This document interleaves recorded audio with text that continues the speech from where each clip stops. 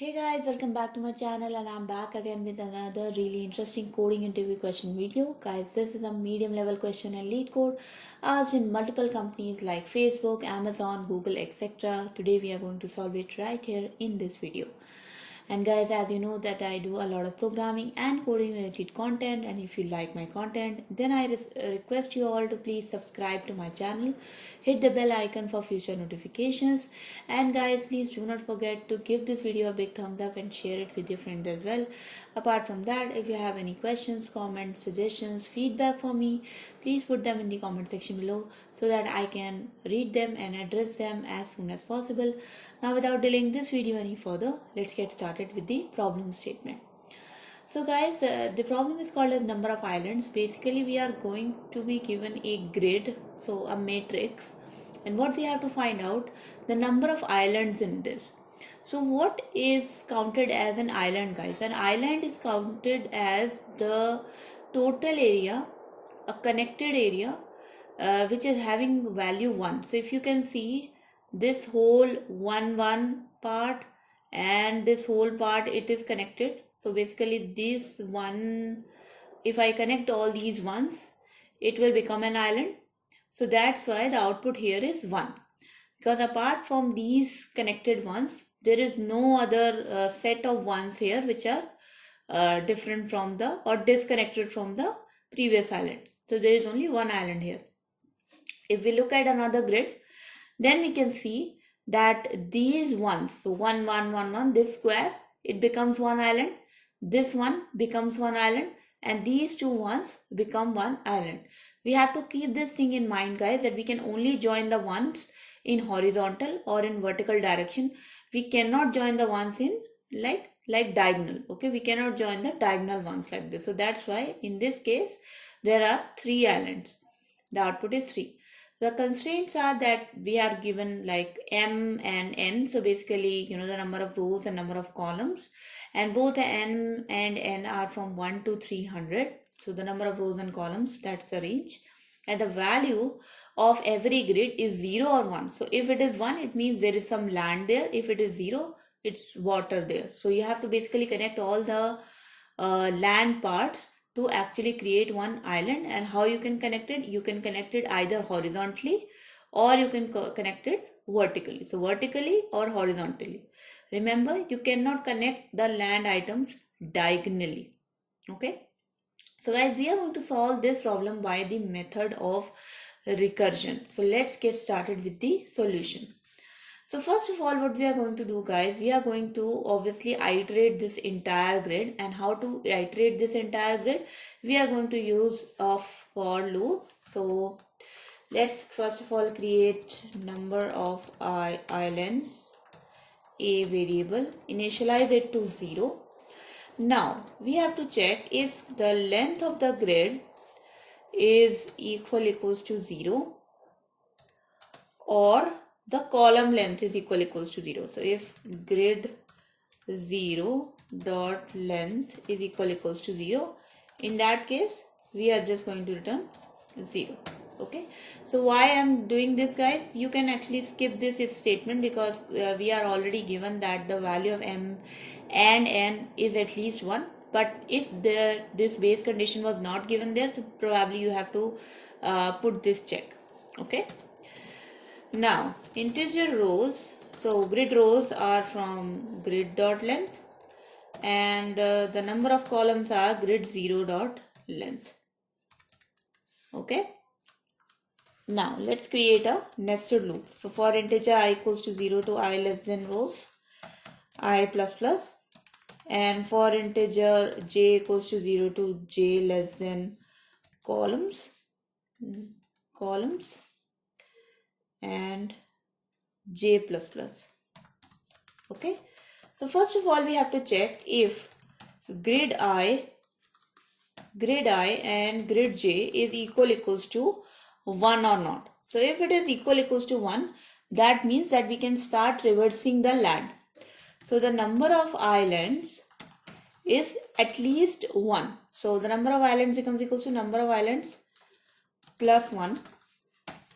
And what we are going to do now, we are going to mark the entire island. So we have to actually concatenate all the other ones which are next to this one, connect them horizontal and vertically, and mark them all as one. So mark island, and in the mark island we are going to pass our x and y coordinates. So first of all we are going to pass the grid, we are going to pass the x coordinate, the y coordinate, that means I and j, and we are also going to pass the number of rows and the number of columns, which you can skip, but we have already calculated it here, so that's why we are passing it.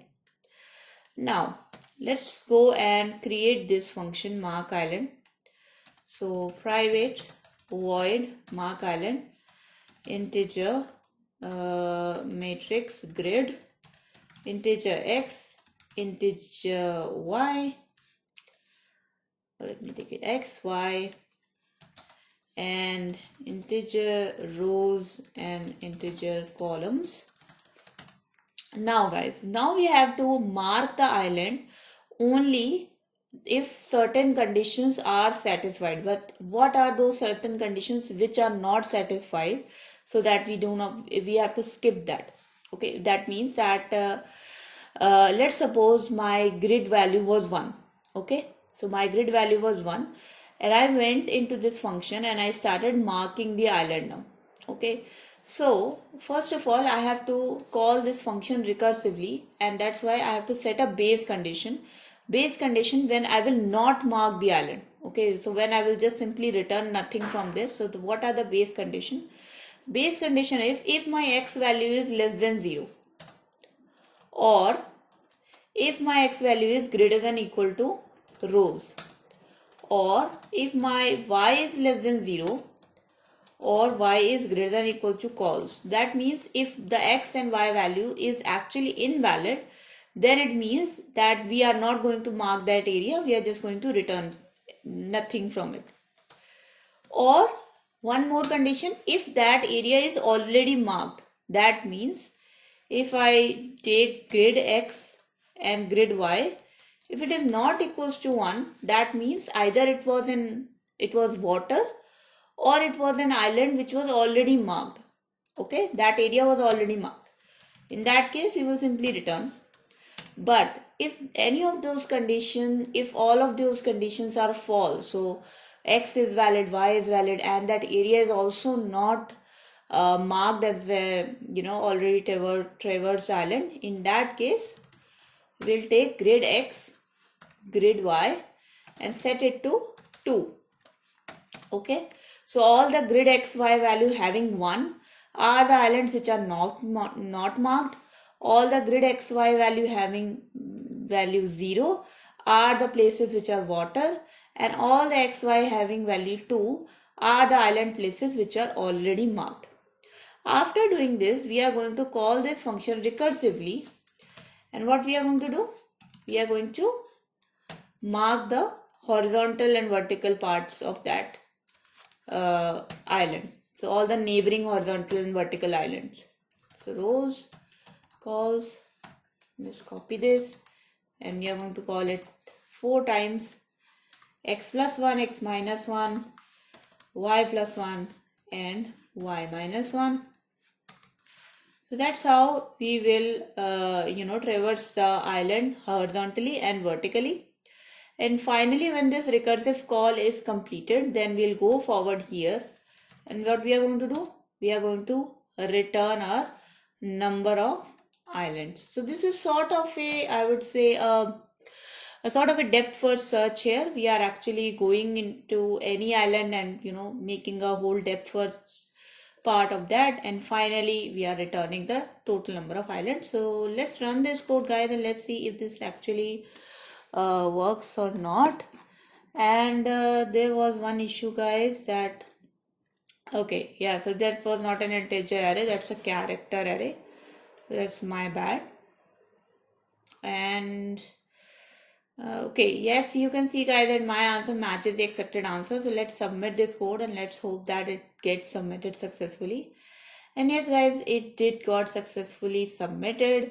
And now let's go forward and see how it actually works. So you can see, guys, that my runtime and my memory distribution both are acceptable, and let's discuss the solution here again. So guys, as per the solution, it is pretty clear that if my grid is m into n, then of course my algorithm is running order of m into n times.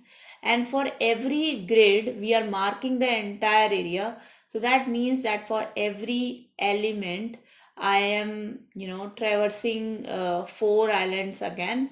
So if we say that each and every element is marked at least only once, then in that scenario this particular function is only taking order of m cross n, because we never go into mark island again if my grid is already marked. So we are traversing one island or one grid element only once, right? Once it's traversed, once it's already done, we are not going inside it again, we are going back. So that's why I would say that the time complexity is order of m cross n. But definitely the space complexity here is constant because we are not using any other data structure. So that was about the solution, guys, and that's all about this video. I hope you guys enjoyed this video and you learned something from it. Hopefully your coding practice became a little bit better. And thank you so much for watching, guys. If you like my content, then please do subscribe to my channel, hit the bell icon for future notifications. As for your information, I post here videos every day from Monday to Friday. And guys, give this video a big thumbs up, like it, and share it with your friends as well. And if you have any questions, comments, please put them in the comment section below. I will definitely address them. And thank you so much for watching, guys, and I'll see you guys next time. Until then, bye bye.